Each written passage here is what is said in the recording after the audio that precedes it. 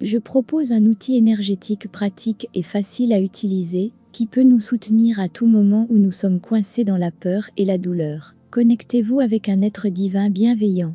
Lorsque nous nourrissons et entretenons une connexion avec un être divin, nous pouvons découvrir une source inépuisable d'amour, de compassion et de soutien, qui peut nous aider à rester forts à n'importe quel moment de notre vie humaine.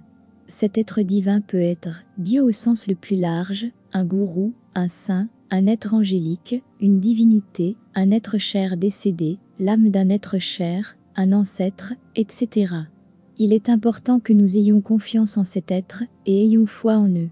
Nous devrions être capables de ressentir un amour instantané, édifiant et profond, chaque fois que nous pensons à cet être. Cet être devrait enflammer dans notre cœur de forts sentiments d'amour et de joie pour l'existence et la foi que tout ira bien. Nous devrions pouvoir nous abandonner à la volonté de cet être supérieur. La présence de cet être divin devrait nous faire sentir aimés et pris en charge inconditionnellement.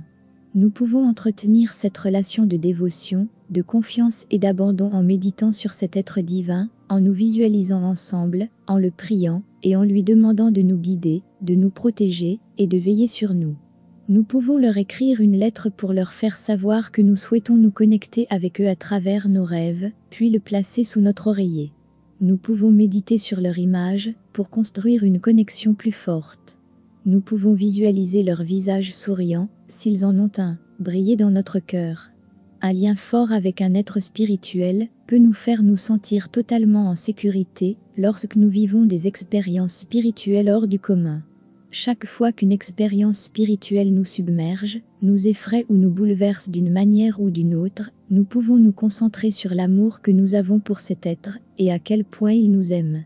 Quand les choses peuvent être intenses, nous pouvons nous concentrer sur elles avec toutes nos forces. Instantanément, nous déplacerons notre attention de la peur à l'amour. Nous pouvons les visualiser, nous serrant dans leurs bras, nous tenant et nous protégeant. Nous pouvons les prier ou réciter intérieurement un mantra qui nous relie à eux, par exemple « Mère divine, protégez-moi, mon ange bien-aimé, je m'abandonne à toi, Jésus, prends-moi dans tes bras ».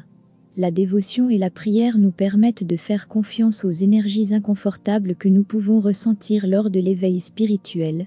Parfois, il faut faire face à nos blessures.